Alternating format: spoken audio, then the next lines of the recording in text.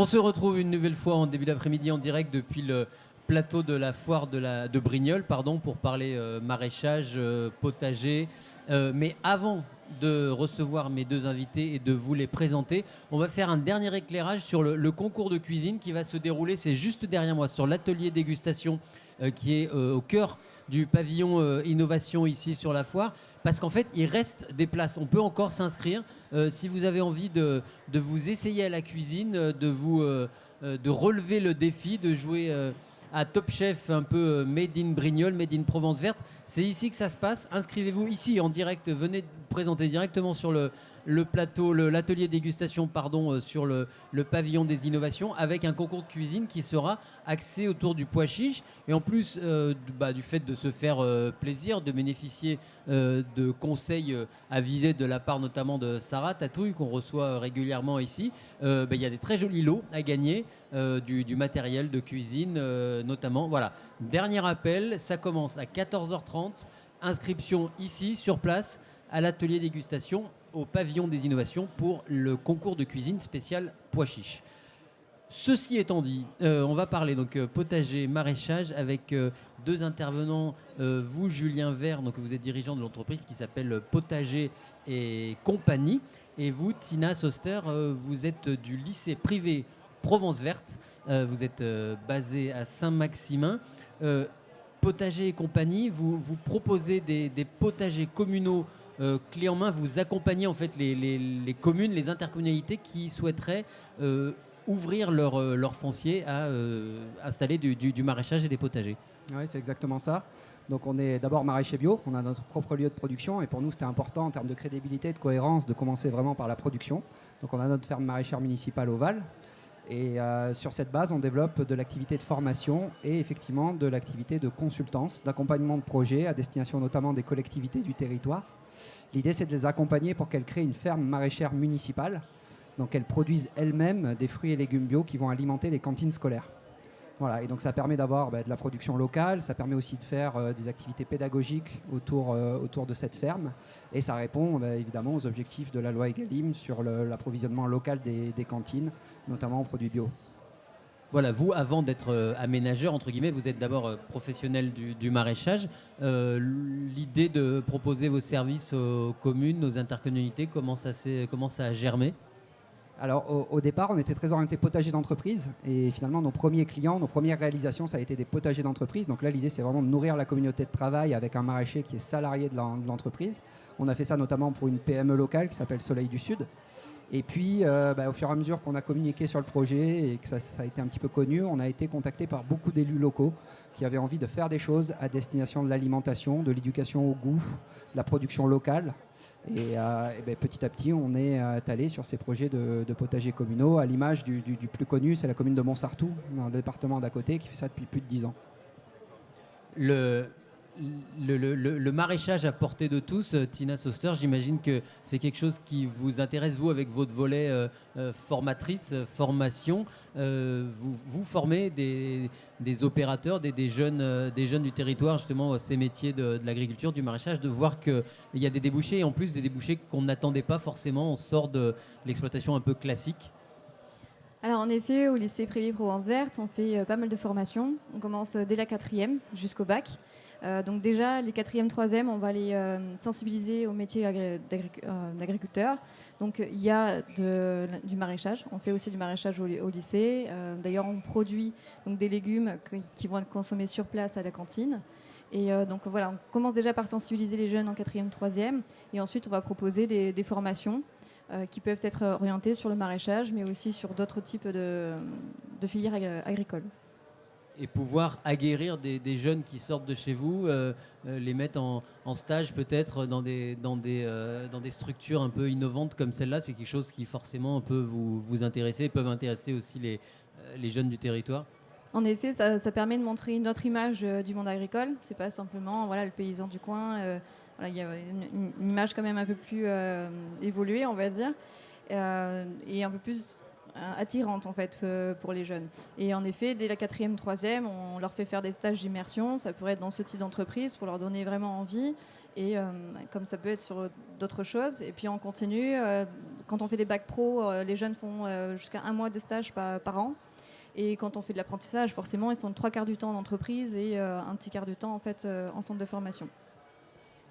Alors pour revenir sur Potager et compagnie, l'entreprise à quel âge elle est née quand Elle est toute jeune, hein, puisque c'est une entreprise que j'ai créée avec Laurence Berlemont, qu'on a cofondée en 2019, fin 2019, 3 mois avant le premier confinement. Ça n'a pas été de tout repos. Donc là, on est à une deuxième saison de maraîchage. On a déjà créé 2 potagers d'entreprise. Actuellement, on accompagne 3 communes varoises pour des fermes maraîchères municipales. D'accord, avec les prochaines échéances, quand vous dites on les accompagne, c'est-à-dire qu'on en est à quel niveau de leurs projets respectifs? Alors, pour les plus avancés, comme la commune de Tourette, les légumes bio arriveront à la cantine à la prochaine rentrée, en septembre 2022.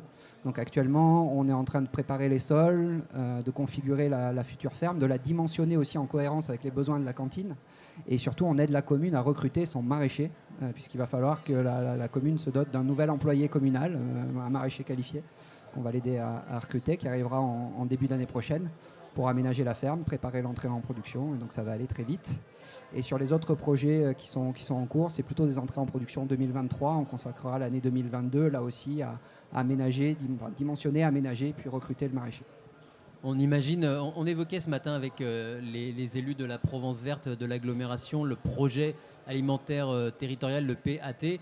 Ça, on imagine que c'est quelque chose que vous regardez avec un œil particulièrement intéressé. Comment vous pouvez vous inscrire dans ce genre de dispositif? Oui, tout à fait. Nous, depuis le départ, on est acteurs engagés dans le PAT. Moi, j'ai eu l'occasion de le dire ce matin. Hein, il faut vraiment saluer l'implication des élus de ce territoire sur ces sujets d'agriculture, d'aménagement du territoire et puis d'alimentation locale. Donc voilà, nous on est porteurs d'action dans le cadre de ce PAT, notamment avec le développement de fermes maraîchères municipales. La finalité de ce genre de projet, Tina Soster, c'est les circuits courts, vraiment de limiter au maximum le trajet du champ à l'assiette avec des fermes communales, municipales qui vont servir à alimenter les cantines scolaires, voilà, avec un trajet anecdotique. Cette montée en puissance des circuits courts qui devient un passage, enfin non plus qu'un passage obligé, c'est une évidence. C'est aussi une manière différente d'apprendre les métiers par vos jeunes. Est-ce que cette dimension, comment elle est intégrée en fait dans les cursus? Est-ce qu'on pense différemment son métier quand on met en avant les circuits courts? Alors en fait, au lycée privé Provence verte, on était déjà dans cette dynamique depuis quelques années. C'est-à-dire, comme déjà je vous disais, on a de la production au lycée même qu'on consomme sur place. On fait des repas donc, qui sont préparés sur place pour nos propres élèves, mais aussi pour des écoles alentours. On avait à un moment donné mis en place un projet qui malheureusement n'a pas pu être maintenu, mais en effet de raccourcir les circuits entre les producteurs et les consommateurs, parce qu'il y avait eu à un moment donné quand même un point de vente collectif où là les producteurs posaient leurs légumes, leurs fruits, leurs viandes, c'était assez divers, et les consommateurs achetaient directement quasiment en fait du producteur. Et donc nous, ça a toujours été en fait dans l'âme du lycée, et on continue en tout cas à avoir cette idée-là.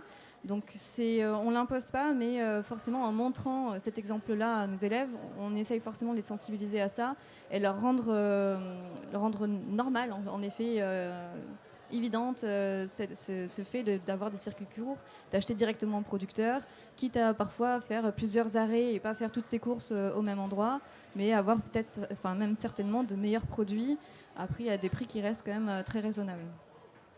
Évidemment, voilà, par exemple la démarche de l'agglomération Provence Verte d'éditer par exemple ce guide des producteurs, on en parlait ce matin. J'imagine que pour vos élèves qui sortent de formation, savoir que dans un rayon de quelques dizaines de kilomètres autour de chez eux, on peut trouver des débouchés professionnels. On n'est pas obligé de s'exiler hors de son territoire pour travailler, pour faire son métier. Alors après, on forme beaucoup de jeunes pour l'installation. Donc c'est vrai que déjà, cette idée... c'est bête à dire. Aujourd'hui, on cherche les nouveaux métiers, les métiers de demain. Mais finalement, le maraîchage, c'est un métier qui existe depuis longtemps, mais qu'on a été obligé de remettre au goût du jour, parce qu'on ne savait plus ce que c'était. Et finalement, d'avoir ces producteurs mis en évidence, ça donne plus d'idées à des jeunes qui ne sont pas forcément fils de producteurs et qui ont l'habitude peut-être de parents qui sont, enfin, je vais être vulgaire et généraliste, mais qui voilà, ils font des emplois de bureau, qui connaissent pas trop la campagne et en voyant en effet, rencontrant ces producteurs en bas de la maison presque, et ben ça leur permet d'avoir l'idée en tout cas de pouvoir faire ce type de métier ou du moins d'être sensibilisés à ce que les producteurs font. D'accord, la plupart des jeunes, vous dites, donc, qui sortent de chez vous, vont sans doute s'installer à leur compte. Donc j'imagine que dans la formation, il y a aussi une dimension gestion d'entreprise. C'est pas seulement des techniciens. Oui, on est sur des bacs pro conduite et gestion d'exploitation agricole. Donc c'est peut-être les futurs maraîchers communaux qui vont répondre aux appels d'offres, enfin aux appels à projets portés par les mairies que vous êtes amenés à accompagner. Oui, complètement, hein. Nous, on recrute. Et pour tout dire, pour l'instant, on a du mal à trouver des maraîchers qualifiés. C'est peut-être un des métiers agricoles les plus techniques, le maraîchage.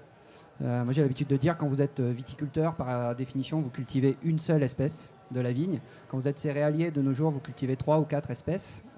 Nous, à la ferme Saint-Georges, actuellement, on a une 50aine d'espèces cultivées différentes. Voilà, tout un panel de fruits et de légumes avec la saisonnalité. Donc, c'est des systèmes qui sont complexes à piloter. Et donc, on a besoin de gens bien formés pour pouvoir faire ce métier. Voilà, donc effectivement, on est tout à fait preneur de jeunes formés, compétents. Et notre modèle de maraîcher salarié, que ce soit un maraîcher d'entreprise ou un maraîcher communal, ça peut être une première étape avant de s'installer. Voilà, pour apprendre le métier avec la sécurité aussi d'un revenu salarié, pas toute la prise de risque que comporte le fait de créer une entreprise agricole. Donc on croit beaucoup à ce modèle-là et effectivement on essaye de travailler au maximum avec des organismes de formation, lycées agricoles et puis école d'ingénieurs agronomes parce qu'on a vraiment besoin de mettre de l'intelligence là-dedans.